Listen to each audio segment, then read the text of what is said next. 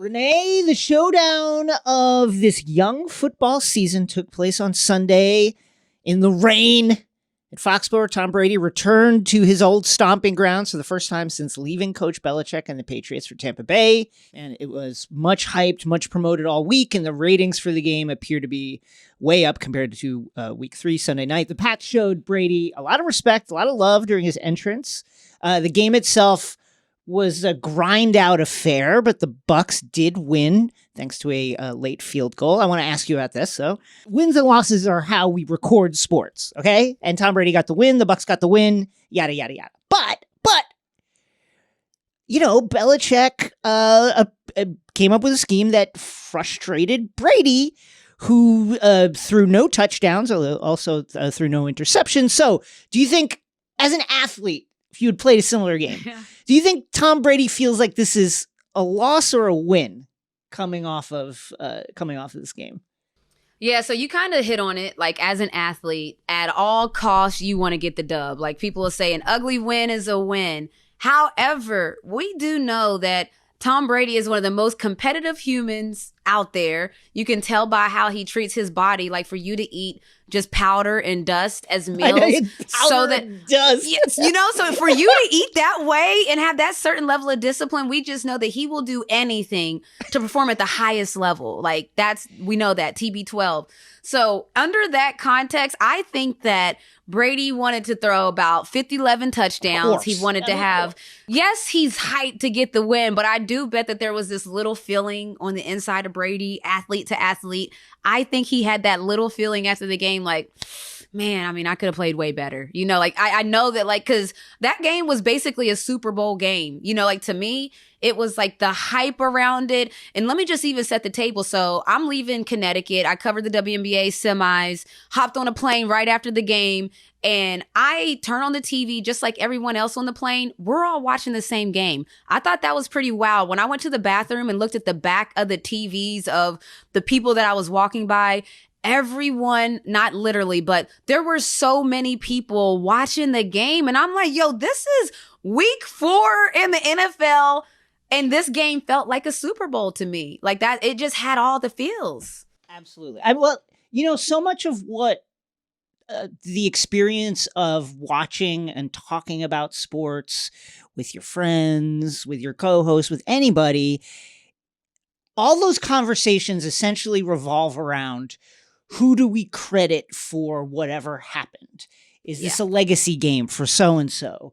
Did this coach do the right thing or the wrong thing? And I think it's particularly trenchant with an athlete like Brady who achieved so much as a member of the Patriots, playing for Bill Belichick, who many will call the greatest coach in NFL history. It is a fascinating exercise. Like, who is responsible for that winning? Who is primarily who can you put it more on? Is it Belichick, who provided the scheme and for many of those years, you know, achieved great success with a team that was, you know, not the most talented team in the NFL? Or is it Tom Brady, who has been so consistent, so great, so perfect in his decision-making for so long, that it's, and played to an age that you mainly see, you know, quarterbacks fall off, or just from injury or other decline, lose a step in a way that threatens not just their career, but their ability to stay healthy on a week-to-week basis. And so I think what we're really saying is this was weirdly unsatisfying. You know what I mean? Like, 100%. It's like Brady, he played okay, but he didn't play great. And it would have we wanted to see Brady come out and throw 3 touchdowns or 3 interceptions so that we could say it was literally in between. Belichick won or Tom Brady won. No one got an answer is what you're kind of hitting on, is that no one really got an answer, because if you look at the stat line, Brady was 22 for 43 for 269 yards, 0 touchdowns, 0 interceptions. Then you look at Mac Jones, and he was 31 for 40, 275 yards, 6 more yards than Brady, and we know he's a competitive guy, 2 touchdowns, 1 interception. So when you see those numbers, obviously it needs to be noted that Gronk wasn't playing. He has a cracked rib, a punctured lung. But when Tom Brady, I know when Tom Brady sees those numbers, he knows that those numbers are going to be read side by side. He knows that those numbers are going to be compared. Mac Jones, I heard on the broadcast that Mac Jones had like the second highest selling jersey in that area or something because the Patriots fans basically had to re-up on their quarterback jerseys. But for Tom Brady to be as competitive as he is, yeah, you were either expecting fireworks to where, like you said, he goes off for 3 touchdowns, plays unbelievable. There's a 2-minute drill and we know he's going to march down the field, not kick a field goal. Win, not kick a field goal. Go do the Tom Brady thing to do, which is like punch him in the gut and look at him and say you did it. So we didn't get to see that, but something interesting that I heard Coach Belichick say was somebody asked him, like, well, what was it like preparing for Tom Brady, your first matchup? And he was like, my first matchup, we played against him every day in practice. So to that point, that's probably why Tom Brady struggled. Imagine for 20 years. Like 20 years is such a long time. I think about how close I was with the UConn, everyone, the UConn staff, the UConn teammates. We were there for 4 years. When you think about 20 years, that's the craziest thing. And Josh Allen was the number 1 top selling jersey. Mac Jones, the number 2 top selling jersey, according to Fanatics. Yeah. They had Karnacki on there. The Karnacki cam made it to the game. Let me just say that here's what these numbers are cool and they're important. That said, Brady is has a little bit of a different degree of difficulty because everybody's got his jersey. Like the fact that he is the 3rd most selling jersey means that people who have Brady jerseys are continuing to buy Brady jerseys. Yeah, more Matt Brady Jones out here jerseys. selling jerseys for the first time. Congratulations. No, 100% context matters.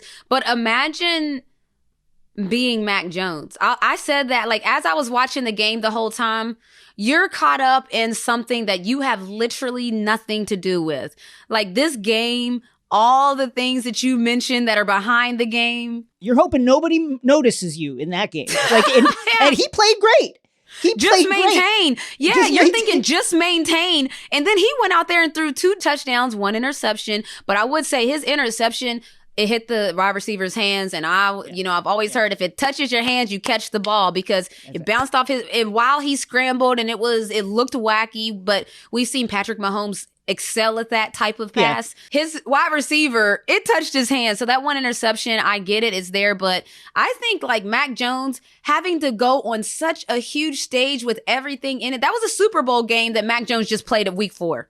I agree with you. And has that ever happened to you where you're involved in a game where the figures that are also involved have such a history for so long that you were just like a passenger in it, watching things happen? I mean, this is not only that, but there's also the element of Mac Jones watching somebody who has been playing professional football since he was a child, since he was a little boy. He probably looked up to him. And there's no way he couldn't, you know what I mean? There's no way you could avoid looking up to him playing as a quarterback. Has that ever happened to you where you're just like, oh my God, there is that person? Well, mine wasn't a person, but playing for the Minnesota Lynx, I felt like that a little bit because I walked into a dynasty. So it's weird when you walk into a system that's already flourishing because you're looking at the system and you're like, well, what am I going to do here? You guys got everything, So I walked into a Minnesota Lynx team where they had already won 2 championships.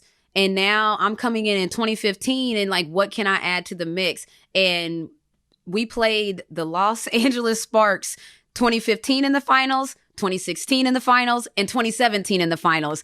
So I felt like there was already something there that I was walking into. And in 2015, we won a championship. 2016, I won't want to talk about that. 2017, we won another championship. So I felt like as all of my teammates were hurling up 5 for, we got 5 rings, I was holding up the peace sign baby, I got 2! Let's go! So I felt like it was something different going on for them because they had a big dynasty that they were building. And I was just kind of along for some of the ride. Even though I know I had an input, but it was that dynasty was already there in the making. There was already rivalries. And then I just came as a part of it. So I definitely understand that.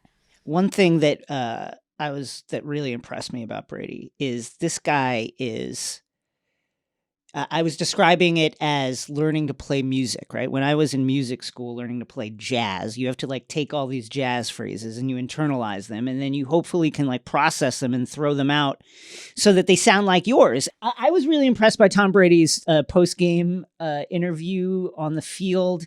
He is so polished and so good at hitting the talking points. Respect for the Patriots, respect for the history that he's had with Belichick, celebrating the victory that his team, the Bucks, has won over the Patriots, but also like saying, hey, they gave us a hard time. He does all of that, and he gives the interviewer absolutely nothing. No headlines. Let's play it. I would say so much is made of our relationship, and,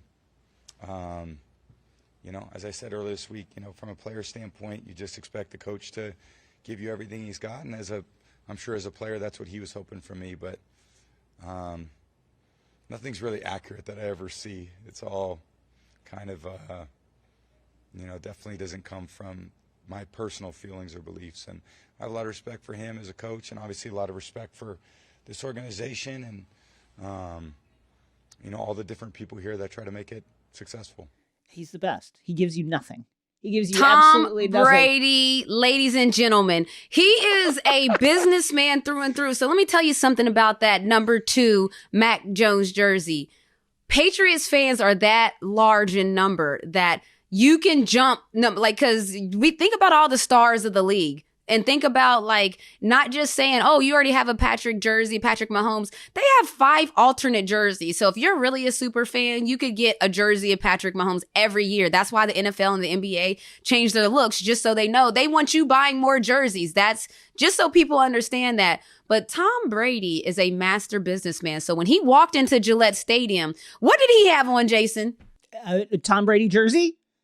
Tom Brady, his new brand called Brady Brand, where is the valuation is like $1 billion already. They're already saying You're crazy. The company, I'm telling you, the numbers Sell that now, they're talking about. Tom. Listen, it's crazy. He walked in there fully branded from head to toe. He has on his jacket from his line. He has on his Brady hoodie from his new line, his pants, his whole fit. He debuted his new line at the game. So when you talk about Tom Brady giving those stock answers, think about Mac Jones' sales when Tom Brady's done, or whenever who's going to be one of his biggest fan bases? Right now, he's politicking, is what we call it. He's being very diplomatic because he's a businessman. So whether or not this is sports or not, Tom Brady is going to say all the right things because now he has a whole brand that's launching, and we know how that goes. So he needs all those Patriots fans that might not want to buy a Buck jersey. They might buy a Brady hoodie or a Brady jacket. Is he the greatest athlete in team sports history?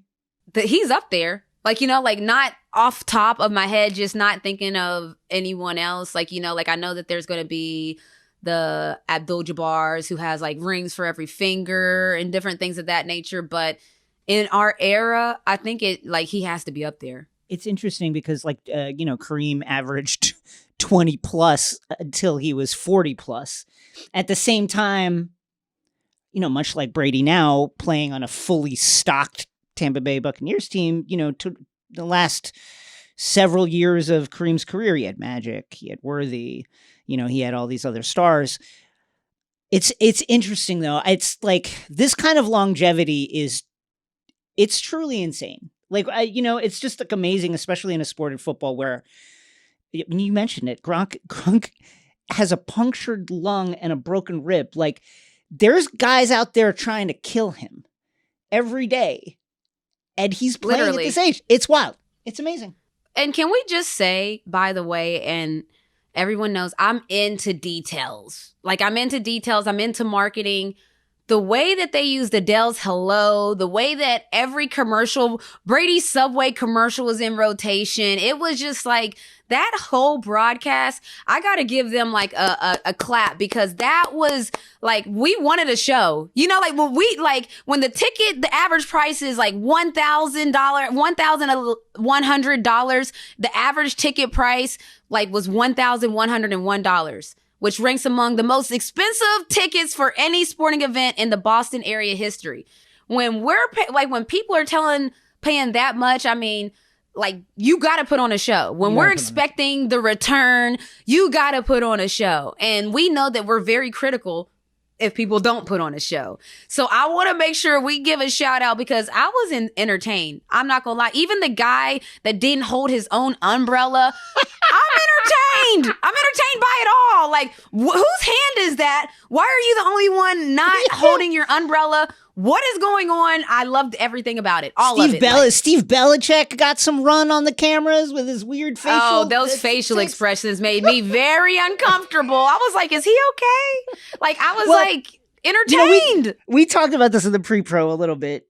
Producers look for that. They're looking for you to look as goofy as possible sometimes. They're waiting for it. And then once they found the fountain, they kept on going back to it. They're like, oh yeah, keep cutting back to that guy. And it was Rodney Harrison who didn't hold his own umbrella. There was a mysterious hand that was sneaking into the frame and boy, was he thriving. He was chilling. You couldn't have told Rodney nothing. I ain't mad at it. If somebody, look, it wasn't like that was a spur of the moment in a sense of somebody was right there ready to carry it. It was planned. Rodney, we do want answers, but you don't have to give us answers. But I would love to hear how one man on the broadcast is doing that. Like that. I just want to hear did anyone say something? Cause I'm the type. I was just in studio with Monica McNutt and Carolyn. Yes, you are. Great job. Fantastic job on ABC this Sunday. Thank you. I'm going to tell you right now, if I have an umbrella that I'm holding with my hand and Monica has an umbrella that she's holding with her hand, and then Coach Carolyn walks up with an umbrella holder, I got questions, man. I was like, oh, okay, OG. So I just want to know, how did that play out? Just knowing athletes, knowing that space. That had to be, this is a running joke probably now, to this day. Yes. So, Jason, we had a change of heart in the NBA. And after claiming he would not get the COVID vaccine and even having a religious exemption denied by the NBA, Andrew Wiggins is reported to be vaccinated now. We should note that the NBA recently announced that the players who miss games in cities that require vaccination for events, like basketball games, would not receive game checks. That means Wiggins stood to lose a good chunk of his $31.6 million salary this year. He's vaccinated now. The Warriors clearly want to move on, but Jason, do we think that it was money that got Andrew Wiggins to change his mind, or perhaps someone in the Warriors organization, a family member? How do you go from asking for a religious exemption to getting the vaccination in pretty much a week? Well, I'll say that I think the religious exemption was my read on that was this was the Warriors kind of like doing their due diligence for Andrew. Like, let's let him go through all of his options until he gets to a place where he sees, okay, I can't pursue that avenue. Now it's, do I get vaccinated or do I stand to lose game checks for every home game because of the particular laws in San Francisco and California? It was surely a big part of this is surely the millions of dollars that he would have missed out. I mean, that's, it's a free country, right? But that freedom comes with you have to pay for it in a certain way. Like there are repercussions for your actions and for your decisions. And if Andrew Wiggins wanted to remain unvaccinated, it would have cost him a significant amount of money. That money would have meant his agent and his reps lose money, his lawyers lose money, to say nothing of his family and the people around him that he supports. All of that stuff matters. But I just want to celebrate Andrew Wiggins. Like, good. Congratulations. I think that we can glean from the timeline here that he got the Johnson & Johnson 1 shot because, if the season starts October 19th, so if they were getting the Moderna or the Pfizer 2-shot process where it's a shot and then 4 weeks and then another shot, he would probably have missed 2 weeks of the NBA season. So this will allow him to not miss any games. And I would imagine for any of the other holdouts, this week is going to be pretty crucial for them to make a final decision about whether they're going to get the Johnson & Johnson shot, whether it will allow them to not miss any games. But I'm glad that this happened, and congratulations to him. This was, I think the questions about it were absolutely fair, and I understand that that Andrew and Draymond and the other players who've been asked these questions are probably tired of them. Why can't we talk about basketball, etc.? But this is important, and it's important for any number of reasons that you can learn about by reading the front page of every single newspaper in the world. Yeah. And, we're still living in a country where hospitals in certain regions of the country are being overrun by cases, notably Alaska. It's important. And so I'm happy that this happened. Congratulations to Andrew Wiggins. I'm thankful now your teammates don't have to answer any questions, which, as we saw from Draymond's comments, they are annoyed about. But Yeah. I'm glad that this happened. What do you No, think for sure. moved Andrew forward? Well, before I get to what moved Andrew, I think that, you hit on something. We're like, this is a celebration because when you think about the NBA having 95% of its players vaccinated, nationally, we only have 56% vaccinations. Had we had that 95th percentile like the NBA, we wouldn't have those full hospital beds. We wouldn't have, we would have normal concerts. We'd be outside right now. Yeah, we would start to feel some level of normalcy. Here's the kicker. If we had that percentile, we might not even be talking about this with the NBA. It wouldn't even be a thing in sports anymore if we had a lot of people like the NBA does. Only roughly 40 NBA players don't have the vaccine. So if we could talk about those percentages when it comes to America, it is a celebration in that aspect. So, I'm sure people are missing their brunch, their boozy brunches. Jason, you're still in tables. I know that people are missing those things. And it's because if we could get to that 95th percentile, we could be there. But I think it was a combination of everything that changed his mind. Honestly, I think that it was like, ooh, Lord, if I'm missing half of my checks, that's crazy. Then you got your family. And we know that NBA players, and look, this was for me too. When I opted out in 2020, that the hardest part for me was that I knew that I had a family that was depending on me. So I'm like, all right, so it's a pandemic. My women's college basketball job got canceled because the tournament got canceled. I was calling 3x3 tournament canceled. I was calling NBA summer canceled. So I literally had no jobs, and then I opted out of the only job I had. So I do understand that there's a certain level of what are we doing because people are depending on me. I think that also too, players don't want to be on home confinement. With the NBA rules, I know that was one of the biggest things last year, that the players felt like they were literally on house arrest, can't really leave the hotel, getting tested every 2 seconds. I think that along with just the pressure that the whole world is talking about you. And we know now that sports, look at the politics. You know how they say politics run the world? Well, politicians are talking about everything going on in sports. Sports are running the show. So you're Andrew Wiggins, you're Kyrie Irving. Literally everyone is talking about you. A good rule of thumb for me is whenever Ted Cruz agrees with something, I disagree with. Why did Jamel say she would throw up in her mouth a little bit if he had agreed with her? You mentioned the rules for players who are unvaccinated, right? So Right. The NBA, it would just have been tough. Here, some of the rules include daily testing before entering team facilities or interacting with players and staff. Must undergo lab-based game day testing. No indoor dining in the same room as other players or Tier 1 personnel. 6 distance of feet between the unvaccinated person and any other player. Masks in all situations when indoors in team facilities. Have to have a separate locker room. Must remain at their residence while at their home markets, and they can't go out on the road. This is... it's a high bar. It's a high bar for anyone who wants to go this route. But again, there are going to be consequences for deciding to go this route. And man, the NBA made it tough for people to decide to do this. And I think fairly so. I think this is appropriate considering what we've seen in this country with approaching 700,000 deaths. So Draymond Green was asked about Andrew Wiggins, and in the course of a pretty long answer, said, among other things, I think there's something to be said for people's concern about something that's being pressed so hard. Like, why are you pressing this so hard?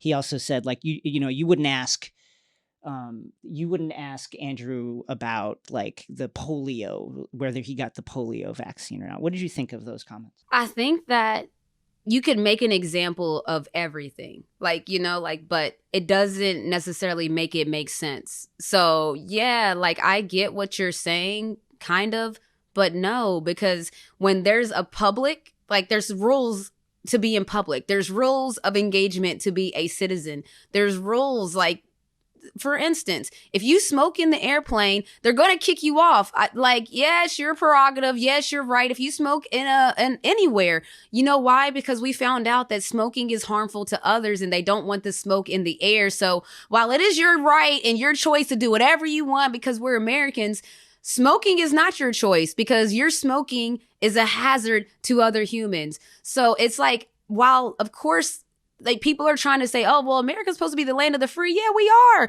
And we want the other free people to be safe while they're out being free. So it's like there's always a way to use an example to get your point across. But to me, you still have to make it make sense. And it doesn't make sense. It's the same way schools. I have a son. He has to have all of his vaccines, all of his shots, or he's not allowed in the school. Yeah, it's like, unless you're going to go out and play in an astronaut suit. You know what I mean? then you kind of have to adhere to the rules that everyone else who is breathing that air inside that building have to adhere to, and to the kind of, on the one hand, I get Draymond's annoyance at having to answer a public question about Andrew Wiggins. Yeah. Forget what the behind the closed doors conversations. I'm sure that there are conversations between Steph and Clay and Draymond and Andrew and the teammates of every other player who is deciding to remain unvaccinated. I'm sure those conversations are going on. So to answer a question about a teammate in public like that, I get it. It's annoying. That said, like, we don't talk about polio because it was eradicated by vaccines. Eradicated. Like, that's not a good way to parry this. Like, we don't ask Draymond whether he's asking Andrew about his partner's pregnancy because pregnancy is not contagious. Like, we don't, when Bradley Beal said, hey, like, I'm fine. I got it. And then I lost my sense of smell, but other than that, everything's fine. Like, that's concerning. That's your nervous system. That's a nerve that runs down from your brain to your nose. Like, this is concerning. And again, real people are being impacted by this all the time, a lot. So I get that players are annoyed. They're annoyed about having to answer questions for other people. But this is a topic of intense interest because of everything we've seen over the last 2 years. So these questions are not going away. Do you think, like, at what point, can you picture right now, Renee, a point where we don't ask about this anymore, where this is just over? I mean, this feels like, man, we've been doing this 2 years already. I would love to get to the point of polio to where we are eradicated. Yes. Like, you know what I mean? I would love to get there, but when I look at the numbers, knowing that a lot of hospitals have no more beds, knowing that a lot of hospitals are declining people from coming in, knowing what we know, I'm terrified that, because if we know all of this information is ready, available on the internet, and we still have people saying they're doing their own research, we still have people saying it's fake news, we still have politicians getting the vaccine but saying bad things about the vaccine, I'm scared because unfortunately, people believe people on TV. Like, it's like, whether or not it's the world we live in. Yeah, it's the world we live in. So when you have politicians, when you have even a Draymond Green trying to shed light from his point of view, it's not good, because there's going to be somebody out there that's like, you know what? That's a good point. And no, it's not a good point. It's not a good point. On that tip, like, I'm doing my own research thing. I get it. And I think that's important to, like, you get it? Use your curiosity. I get it in the sense that I think it's important to harness one's curiosity to learn about things. But, like, is your research peer reviewed? Like, are you releasing your research so that other people can check it? Are you releasing it so that other scientists and research can look through it and decide whether your findings are accurate or not? That's what's going on with these vaccines. Like, peer reviews. huge testing groups, like 90,000 people tested. That's one of the largest testing groups for a modern vaccine trial.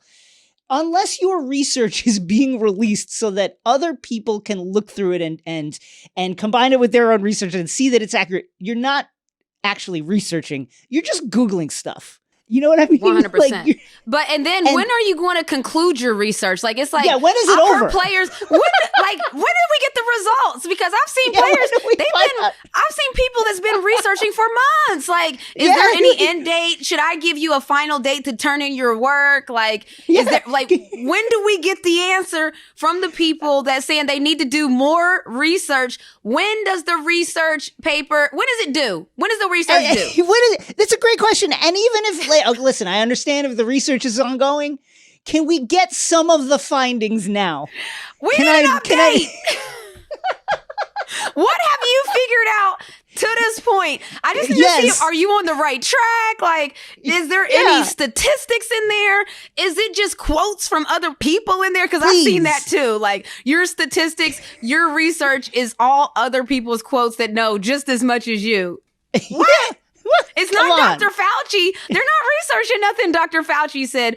It's like, oh yeah, I heard this guy say that. And yeah, what about that? Oh, I heard this guy say he got COVID. He only lost his smell, his sight, his touch, his breathing. But what about that? Like, Dr. Fauci being a great example of a person who sits atop these various streams of research that come into his office like on a daily basis. And then he is digesting those facts. Listen, again, I support people being curious and learning about things. But if you say that you're doing research, release the research. That's all I ask. Run it. Let's see the research. I want to see the footnotes. I want to know. Because I can go get some research and I know they're going to be like, oh, let me see your research. No problem. If anybody want to ask me that, I'm going to send you 100,000 links. Like, actually, I'm going to send you what to type into the Google search to give you all the information you need. Death by COVID. Type that in. That should give you all the information you need because, again, it's kind of like, you know, everybody should, at this point, almost know somebody that's affected by COVID. Y'all, everybody in the NBA knows Karl Anthony Towns. So they know somebody personally who was affected by COVID. And Kareem Abdul-Jabbar, one of the OGs, came in there. And, I mean, he just said it, and quote, the ignorance that has been perpetrated and the misinformation that has been spread around everywhere has made it impossible for people to get an understanding of what is going on. People who say they haven't finished doing their research yet really haven't done any research. Facts. I mean, facts. Big facts from the from the big fella. Couldn't have said any better. Andrew Wiggins, I'm happy for you. Congratulations. Send me the research. When does it do? But also, everybody send me your research. Release the research. Everyone who has said that they are doing their research, release the research. We want to see where you're at with that research. Show your work.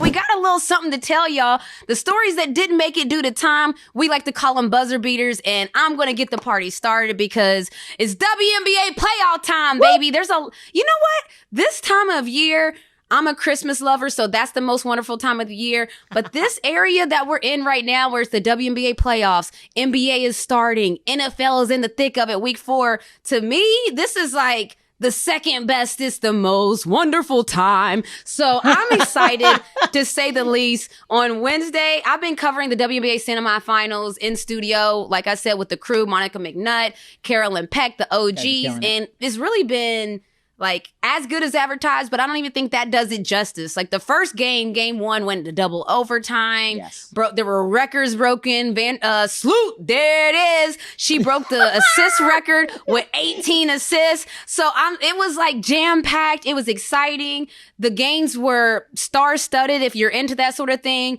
Half of the Raiders team was at the Aces game 1.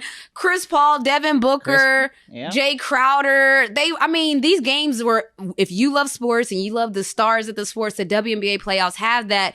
And I'm flying back tomorrow for game 4 of the semifinals. And I'm excited. I think that it's going to look good. And then on top of that, on Friday, I fly to Memphis to cover Hawks because they're preseason games. That's what I'm talking about. It's the most wonderful time of the year. Half of the week is WNBA, the other half NBA. Like, it's a beautiful thing, Jason. What's going on over there?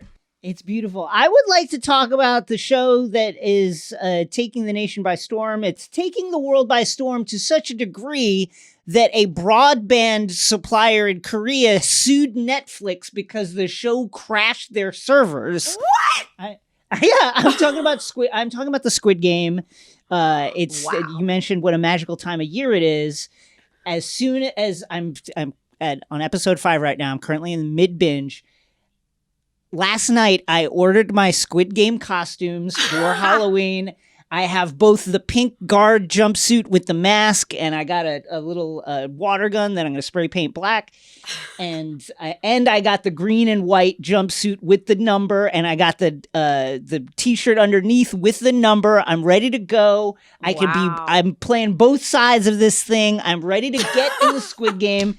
And I'll be honest with you, I think I would dominate the Squid Game.